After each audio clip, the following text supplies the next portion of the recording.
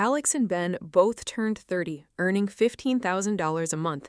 Alex chased the classic milestones, bought a $700,000 condo with 5% down, leased a Tesla Model S, and poured every bonus into a tech-heavy 401k. Instagram showed a winner. Ben rented a modest apartment, drove a used Toyota, and quietly executed 5 very specific, very unsexy financial targets. Alex laughed at Ben for moving too slow. Then inflation spiked. The Fed crushed the economy with rate hikes, and tech stocks cratered. Alex's adjustable rate mortgage payment exploded. His car lease consumed his cash, and his 401k lost 40%. He was trapped. Ben's rent was fixed, his assets were uncorrelated, and his cash stockpile allowed him to buy a rental property at a 30% discount. Ben didn't just survive, he accelerated. Alex thought the milestone was owning a home. Ben knew the milestone was building a fortress. He used a hidden financial blueprint called the 5-10-5 rule, a sequence the ultra-wealthy use to ensure going broke is mathematically impossible in your 30s and beyond. The 5-10-5 rule is not taught by financial planners who earn commissions selling products. It is a sequence of 5 specific milestones designed to be accomplished in a precise order before age 40. The rule breaks into 3 phases. 5 years to build a liquidity shield and an anti-fragile income engine, 10 years to layer on recession-proof assets and private banking structures, and 5 years to lock in generational wealth transfer mechanisms. Each milestone contradicts popular advice, and that is exactly why it works. Here is the exact blueprint, milestone by milestone. Standard advice says to keep 3 to 6 months of expenses in an emergency fund. That advice leaves the door wide open for a crisis to swallow you whole. The first milestone of the 5-10-5 rule demands a tiered cash system covering 24 months of baseline living expenses, not because the world ends, but because a 2-year war chest unleashes the ability to take career risks, avoid desperate fire sales, and buy assets when blood runs in the streets. Ben's 24-month moat sat inside 3 layers. 3 months in a high-yield checking account for instant liquidity, 9 months in a no-penalty CD ladder that unlocked quarterly, and 12 months in an offset account linked to a private line of credit he never touched. That structure paid minimal taxes, outpaced inflation on the short end, and ensured that when the economy choked, Ben's day-to-day life didn't flinch. While Alex scrambled to sell positions to cover his spiking mortgage, Ben's quarterly CD maturity just pinged his account like clockwork. The second milestone must be hit before any serious investing begins.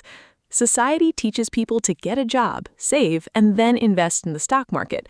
The 5-10-5 rule inverts that. First, you build an income stream that is completely disconnected from your primary career and immune to economic downturns. Ben chose a mobile notary and loan signing business. It required a $600 certification, 0 overhead, and became a recession-proof machine because when the economy tanks, loan defaults and refinances explode, making notary signings more valuable, not less. Within 18 months, Ben's notary income covered 100%. That meant his $15,000 salary became entirely optional. He could lose his job tomorrow and still pay every bill, still fund his cash modes, and still invest. Without this milestone, every other asset is a liability waiting to happen. Alex's entire identity was his job. When the company missed earnings and cut staff, his income flatlined, and his investments had to be cannibalized just to survive.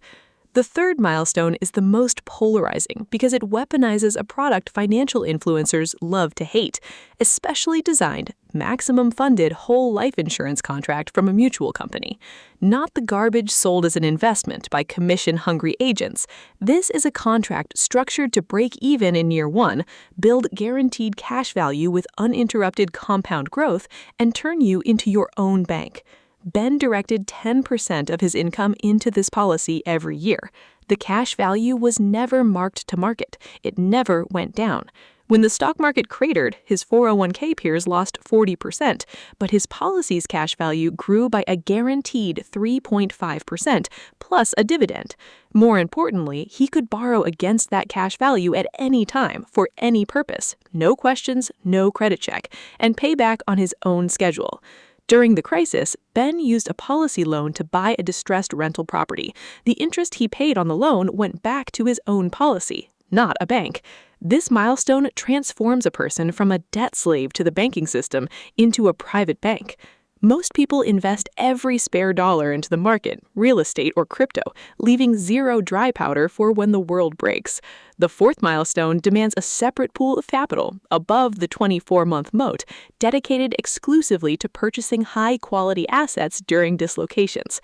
Ben kept 15% of his net worth in a brokerage account holding short-term treasury bills and a tiered options selling strategy that generated 8 to 10% annual returns with zero directional risk. When the real estate correction hit, he liquidated nothing. He simply stopped reinvesting the options premiums and let the cash accumulate. In a single month, he had a $45,000 war chest to acquire a rental that had been valued at $125,000 a year earlier. The previous owner, someone like Alex, had no choice but to sell. Ben's entry yield on that purchase was 18%. The chaos arbitrage reserve turns other people's panic into permanent wealth. The final milestone is rarely discussed because it deals with what happens when you die, or more importantly, what happens before you die if you structure assets correctly. Ben established an irrevocable trust, specifically a domestic asset protection trust in a state with favorable legislation, and transferred his income-producing assets, the notary business, the rental property, and the insurance policy, into this structure. The trust shields those assets from lawsuits, creditors, divorcing spouses, and predatory taxation.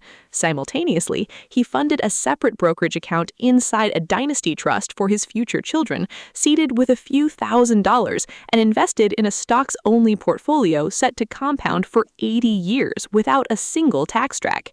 The cost to set all this up was under $5,000. The result? If Ben ever faces a frivolous lawsuit, his visible net worth appears low because almost everything is held behind legal firewalls.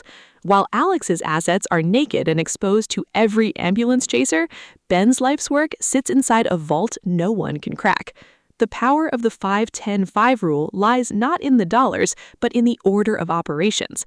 Hitting milestone 1 before milestone 3 prevents an insurance contract from becoming an illiquid trap. Hitting milestone 2 before milestone 4 ensures the income engine funds the chaos reserve, so you never have to sell assets at a loss. Every mainstream financial plan has people buy a house and stack a 401k first, illiquid, tax punitive, and exposed to market cycles.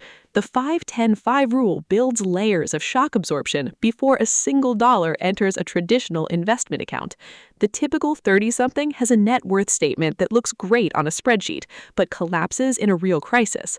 The 5-10-5 follower's net worth appears smaller on paper. In reality, it is bulletproof. Banks and financial institutions earn billions by keeping people trapped in debt cycles, payment streams, and tax-deferred accounts loaded with fees. Someone with a 24-month moat, a private banking policy, and assets inside trusts is a terrible customer. They borrow selectively, pay zero fees, and never overdraft. The 5-10-5 rule turns a person into the exact inverse of what the system is designed to produce. That's why it remains hidden, buried under a flood of content pushing mortgage pre-approvals, credit card points, and Roth IRA maximization. None of those things are bad in their own way. They're simply the sideshow that keeps the crowd distracted from building a fortress. The decade of your 30s offers a narrow window where income is rising, expenses are still controllable, and time is on your side. Every month spent chasing Alex's milestones pushes the fortress further away. The 5-10-5 rule requires no genius, no inherited wealth, and no extreme risk. It requires only the willingness to ignore the crowd, sequence the milestones correctly, and understand that making money is not the goal.